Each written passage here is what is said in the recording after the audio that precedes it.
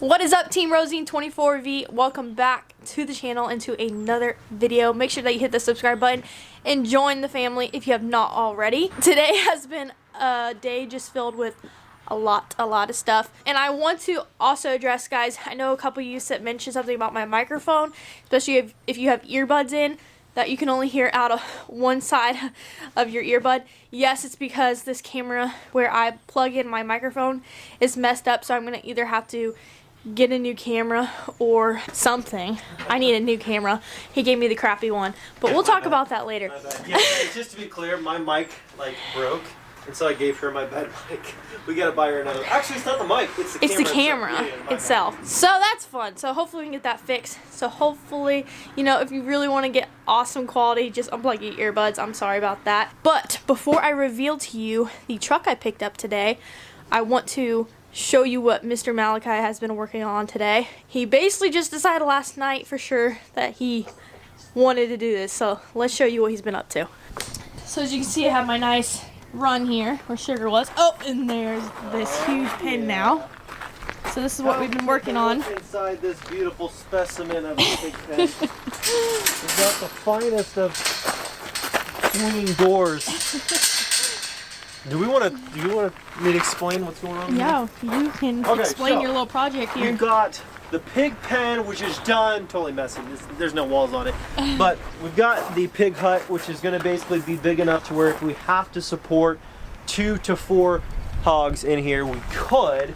I'm probably going to box off that side, box off this side, and then just have like half of the front closed to where there's a huge door to go in and out to lay down in there in the shade, just to kind of block the wind, block the rain. This is going to be getting primered so it doesn't rot, and we might even throw some steel on the top and the sides. Not sure, but we might throw some white steel on here just to make it look a little more aesthetically pleasing, because, you know, we don't want it to literally just look like a pig pen, even though that's what it is. We're kind of hiding it, though, behind this barn. I mean, they don't really need much room, and we just thought that this would be plenty of room. It's actually a 16 foot by 16 foot area, and we're planning on putting 2 in here, but it's big enough to where if we do decide to do more down the road, like we want to do 4 in here, it'll be fine as long as you maintain it properly.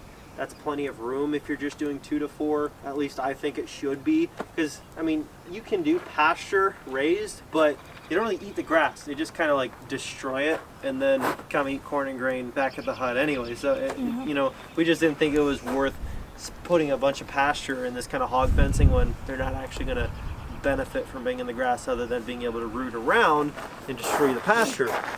But the problem is, if we leave it like this, it'll still have decent drainage because this is all pea gravel. It's probably like 6 to 10 inches thick because they put a ton down so that the horses, when they urinate and poop out here and are just walking around, they don't muck it all up. But we're on top of that going to put probably 6 to 8 inches of mulch, because mulch is cheap, just like wood chipping mulch. That way it kind of like helps decompose the manure and the urine, and it kind of like keeps it dry in here so it doesn't literally turn into a mud pit of a pig pen.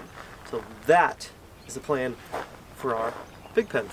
Oh yeah, there's a lot going on like a day. This literally popped up. We went this morning, got the materials, and it's already and it's such a simple animal to raise too. Like, keep them in an area, feed them, and that's all you really got to do. Feed them, water them, and make sure that their pen doesn't get disgusting, and take care of them. We didn't necessarily need a door, but we both wanted a door just because if, I don't know, for some reason you need to get the water out or get in there easily, I or him can do it because I can't get over that fence. Not pregnant, so. And also, we're thinking about throwing a chicken coop over here. Yeah. Well, we have to. We'll eventually be putting a chicken coop, obviously, for the chickens, but we're thinking about possibly kind of putting it in the corner over here and then having their little, you know, where they walk out to, you know, during the day to go eat. They can go out into that big field with Scout, or they can go to the left side, or wherever they want. Yeah, so we thought about putting a chicken coop here and just making it maybe from like this stake here. Yeah. You know, this forward, which is only like 6 foot deep, but we only have 10 hens. So, I mean, if you had, you know, 4 boxes on this side and 4 boxes on this side, if you have 8 boxes and a place to roost for 10 hens, and a lot of times they lay in the same boxes and they don't really care. Yeah, so I mean, the number of boxes isn't the most important thing. It's just room to come in, have some roosting poles so they can roost up and get out of the pasture. But we do want our chickens to be mostly free range during the summer and fall months. Well, spring, summer, and fall months. So we want to kind of guide them away from the highway. So we've got like this almost like chicken fencing that goes from here to there. And the only way that they can get around it is if they go like way over there and they loop around and they go towards the road. But chickens generally don't wander that far. I mean, they probably stay within about 100 yards of their coop at all times. So I think this should be just perfect, where we can just kind of snip open like a 12-inch by 12-inch hole, and the chickens can just come and go, and just have a little opening that comes up into their hut. But that way it's tall enough and big enough to where from this side we can open a door, go in there, keep it clean, keep it well maintained, and take care of anything that we need to in the chicken hut. But give them the access to the pasture. Look at all that green grass. I know, there's so much pasture. We've only got one horse now, so it's like crazy. Yeah, Scout's enjoying it, as you can see.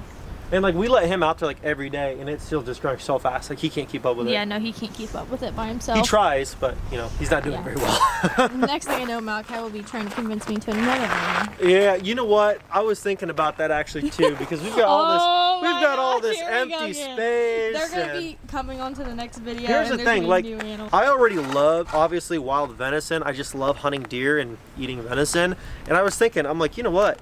Why don't we get a couple of the animals that we like to consume, or products that we like to consume? Like we eat a lot of pork, sausage, and bacon and stuff like that, and we eat a lot of beef. We don't eat any horse yet. We haven't moved to that. That's illegal. So we just the United States. so we just like let them eat our grass. But other than that, I wouldn't mind having like possibly another animal or two that we can use to utilize the rest of our property, because I thought about putting a deer food plot out there with corn and beans and all that stuff, and I'm thinking about livestock. I don't know, because it's just kind of like not really that practical, because this is a learning experience for us guys. Yeah, like we've had we farm might animals hate growing honestly having pigs and chickens and whatnot, and down the road be like, we're never doing that again. But you don't really know until you do it. Yeah, I gotta drink water. But we have raised hogs before. Like my parents had hogs for a few years. The only complaint I have is the smell. But hopefully the way that we go about it, they're a little bit cleaner. I mean, they're obviously pigs. They're not going to be like they're not going to be like well manicured and I'm saying I hope adorable. That mulch helps, because I've never, been around a hog pen with mulch. Mostly it's just a small area where it's like mud, or they're out in their penned in woods. That's about it. I mean, I think if we do it right, they're still gonna smell if you're like back here by the fence, like, oh, hi pigs, you know what I mean? You wash them every day. But I don't think like from the house, 100 yards away, I don't think, with the wind obviously mostly always blowing west anyways, it's our neighbors, the mulch and all that stuff and the sod, and just, I think as long as you maintain it well, I don't think we'll really have that much of a problem with the smell with only 2 pigs. Alrighty guys, here she is. I know it's a little windy, so I apologize if you can't hear me that well. I'm going to talk a little bit loud, so hopefully the microphone picks it up just fine.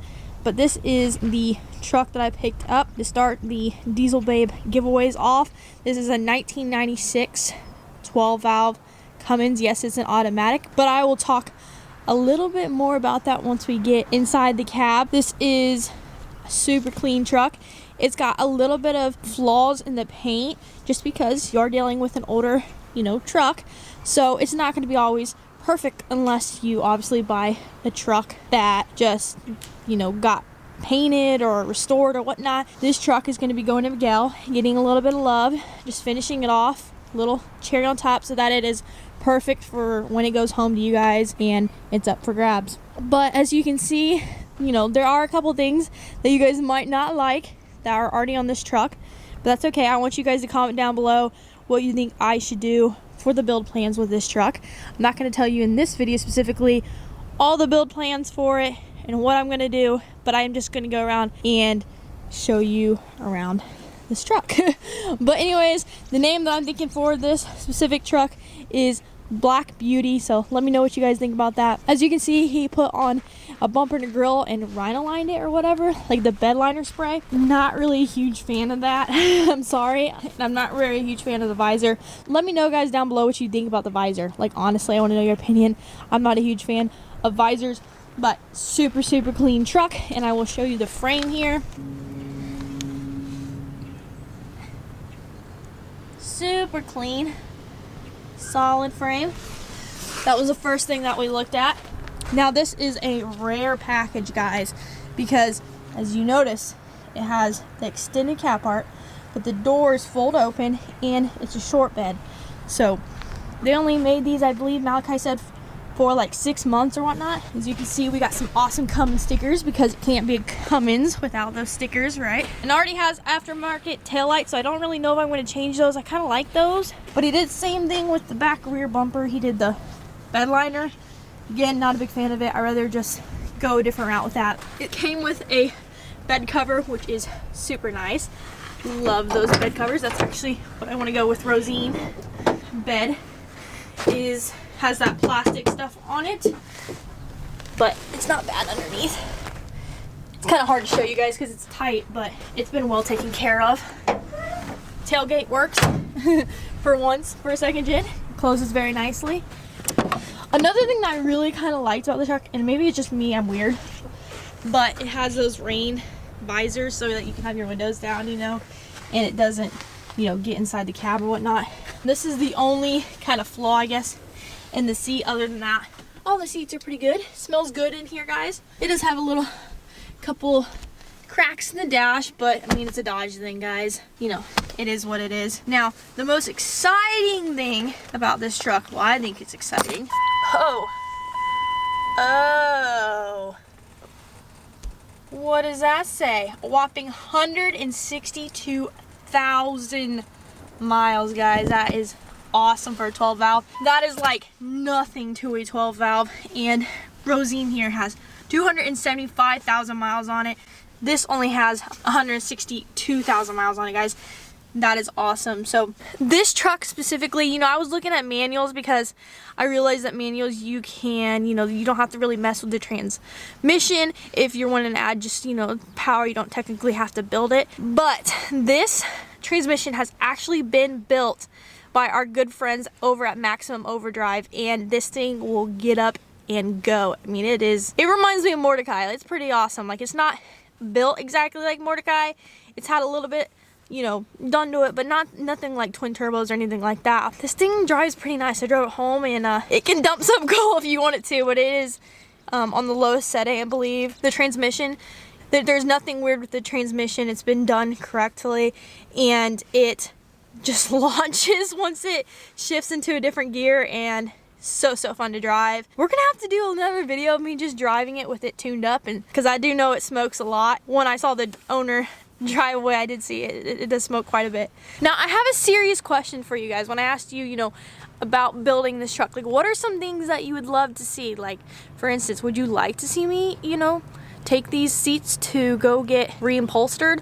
Would you like me to install rock lights? Like, what, you know, would you like to see it color match? Would you like to see, you know, all sorts of things? I just want to know what you guys would like to see. And the transformation for this truck is going to be super quick, so super excited for that. Excited to be launching the Diesel Babe website here soon. Hopefully I can get that up this week, guys. It's been just so crazy trying to, you know, connect with the vendors and get everything barcoded, and it's a lot more than some people realize, you know, that goes into these. It's not just you throw something together. There's a lot of time, I guess, brainstorming that goes into it. I want to make sure that, you know, there's plenty of shirts for, you know, both genders, that they want to buy the stuff and they want to wear it. Super excited for the truck. I can't believe I own 2 second gens. Like, it hasn't hit me yet. This is a giveaway you guys aren't going to miss out. I mean, like, there's not a ton of people that know that I'm even running giveaways, so your chances of winning this truck looks absolutely good. Like, I don't know how my giveaways are going to go. Malachi's been doing them for, you know, 13 trucks now, and you know, it's gonna take some time for people to even know that I'm doing giveaways. So make sure that you're entered in this one, because your chances are gonna be very good. Also, if you're not wanting to wait for this truck, we do have a first gen that is still up for grabs. That giveaway is live, and all you have to do is go to lmpgear.com and get yourself entered. Every $5 is 5 entries, guys. Do not miss out on winning that clean first gen. I cannot wait to take that home. Thank you guys so much for tuning in today's video. It means the absolute world to me. Please hit that subscribe button if you have not already, and join the family. It would mean the world to me. Please leave a big fat thumbs up on this video if you enjoyed it, and I'll catch you in the next video. Peace.